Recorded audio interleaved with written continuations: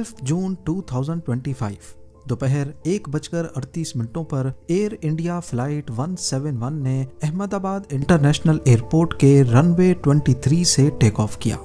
अभी plane 625 feet के altitude पे ही पहुंचा था कि एटीसी को एक मेडे की डिस्ट्रेस कॉल रिसीव होती है और उसके बाद जहाज अचानक रडार से गायब हो जाता है। कुछ सेकंड्स के बाद शहर में एक जोरदार धमाका सुनाई देता है। काले स्याह धुएं के बादल उड़ते हुए दिखाई देते हैं। एयर इंडिया का बोइंग 787 ड्रीम लाइनर जो 242 पैसेंजर्स के साथ लंदन जा रहा था, सीधा जा टकराया एक मेडिकल कॉलेज के हॉस्टल से, जहां स्टूडेंट्स अपनी बेख्याली में लंच करने में मसरूफ थे। रिपोर्ट्स के मुताबिक इस हादसे में 294 लोगों के मरने की इतला है, जिसमें जमीन पर मौजूद स्टूडेंट्स भी शामिल थे। इस क्रैश में एक और चीज ने तबाही को दुगना कर दिया, प्लेन का भरा हुआ फ्यूल टैंक। क्योंकि फ्लाइट को जाना था लंदन, जिसकी दूरी 6700 किलोमीटर से ज्यादा थी, इसीलिए प्लेन में अंदाजन 80,000 लीटर्स तक जेट फ्यूल भरा गया था।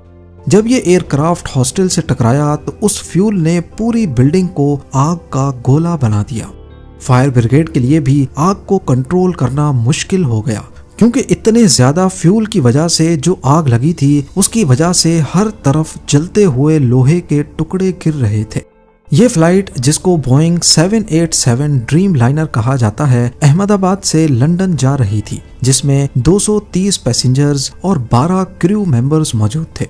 169 लोगों का ताल्लुक इंडिया से, 53 लोग ब्रिटिश नेशनल थे, पोर्चुगल से 7 लोग, कनाडा से 1 पैसेंजर, जबकि इसमें 11 बच्चे और 2 इन्फेंट्स भी शामिल थे।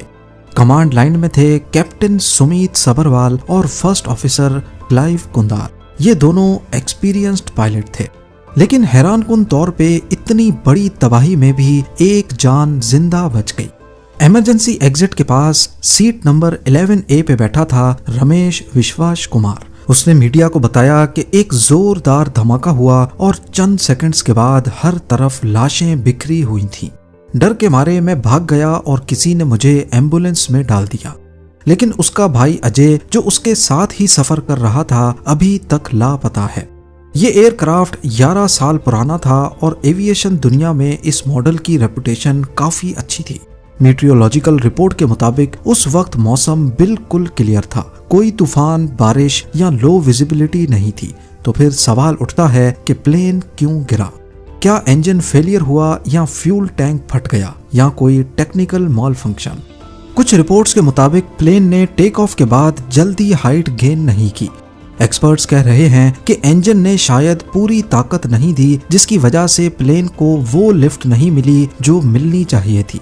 बोइंग 7878 ड्रीम लाइनर नॉर्मली एक सेफ एयरक्राफ्ट माना जाता है, लेकिन इस मॉडल के साथ पहले भी कुछ टेक्निकल इश्यूज रिपोर्ट हो चुके हैं, जैसे बैटरी फॉल्ट्स और सॉफ्टवेयर बग्स।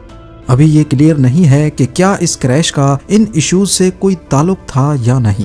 फिलहाल सबसे इम्पोर्टेंट चीज है ब्लैक बॉक्स। ये बॉक्स बताएगा कि क्रैश से पहले फ्लैप्स की पोजीशन क्या थी, इंजन का स्टेटस क्या था, अगर कोई और मसला हुआ तो कॉकपिट में मौजूद पायलट्स ने क्या बातें की। फिलहाल मरने वालों की फैमिलीज अपने DNA सैंपल्स जमा करवा रही हैं ताकि उनके प्यारों की शनाख्त हो सके।